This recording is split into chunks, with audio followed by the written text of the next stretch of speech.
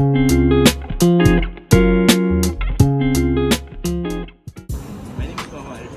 today I'm going to talk about the findings of our university. Okay, when we delve into the findings that we get when we interview the teachers and the students, we can see there is a lot of difference in their opinion. There's a lot of different answers. Why this happens? Because everyone has their own view on the abolishment of UPSR. Some agree and some are opposed to the abolishment of UPSR, and they have pretty valid reasons. So, when we delve into the problem, UPSR is abolished in 2020, post-COVID-19 happened.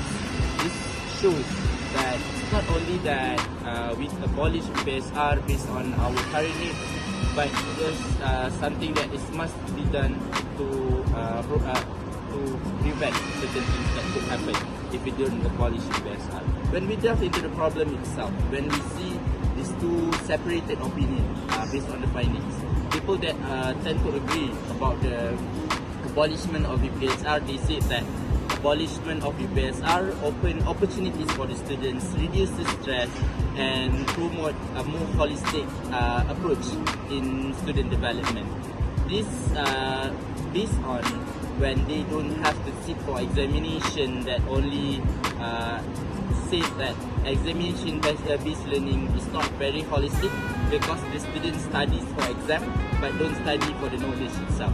So when we see toward the other side of the story, when to the people that agree that disagree with the abolishment of UPSR, they disagree because they say that the abolishment of UPSR affects the student evaluation itself. Because when people say that abolishment of UPSR and the implementation of PBD introduce a more holistic approach, they disagree because PBD is subjective. Why? Because teachers can have their own prejudice. They can have their favorite students, favoritism and whatsoever. So this is why PBD is actually very subjective to be said holistic, because unfairness, the disparities between students, it can be manipulated by the teachers. Maybe from their point of view, from the findings, they say that teachers that don't have a very good relationship with their students, they can grade the students very low. But when students have the relationship that is good with their teachers, they can get a good grade. This is why these people they disagree with the abolishment of UPSR, because it brings more problems than solutions.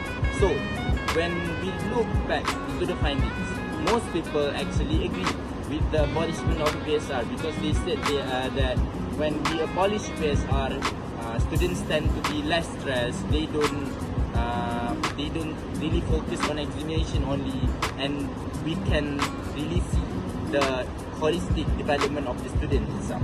So the conclusion is, no matter what the finding is and what your opinion is, I think from my point of view, abolishment of UPSR have good and bad impact to our local education system.